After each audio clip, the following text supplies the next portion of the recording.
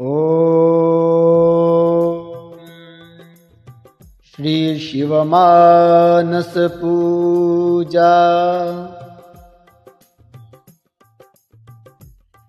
रत्नैकल्पितमासनं हिमजलैः स्नानं च दिव्याम्बरं नानारत्नविभूषितं मृगमदामोदाङ्कितं चन्दनं जातीचम्पकबिल्वपत्ररचितं पुष्पं च धूपं तथा दीपं देवदयानिधे पशुपतेरुत्कल्पितं गृह्यताम्।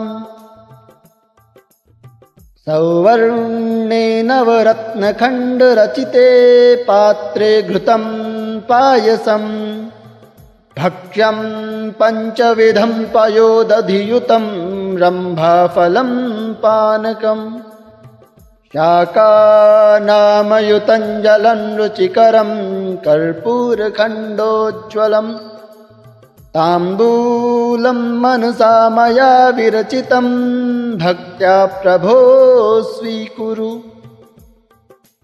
छत्रं चामरयोर्युगं व्यजनकं चादर्शकं निर्मलं वीणाभेरिमृदङ्गकाहलकला गीतं च नृत्यं तथा साष्टाङ्गं प्रणतिः स्तुतिर्बहुविधास्येतः समस्तं मया संकल्पेन समर्पितं तव विभो पूजां गृहाण प्रभो।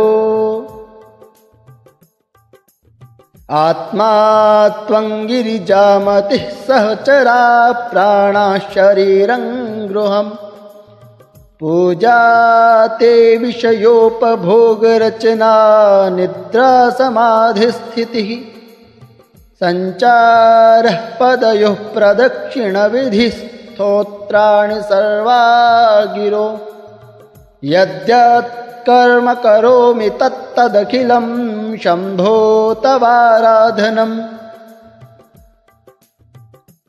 करचरणकृतं वा कायजं कर्मजं वा श्रवणनयनजं वा मानसं वापराधं विहितमविहितं वा सर्वमेतच्छमस्व।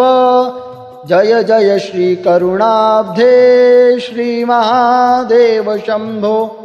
हर हर श्री करुणाब्धे श्री महादेव शंभो। शिव शिव श्री करुणाब्धे श्री महादेव शंभो। इति श्री मच्छंकराचार्य विरचितं श्री शिवमानस पूजा। श्री शिवार्पणमस्तु।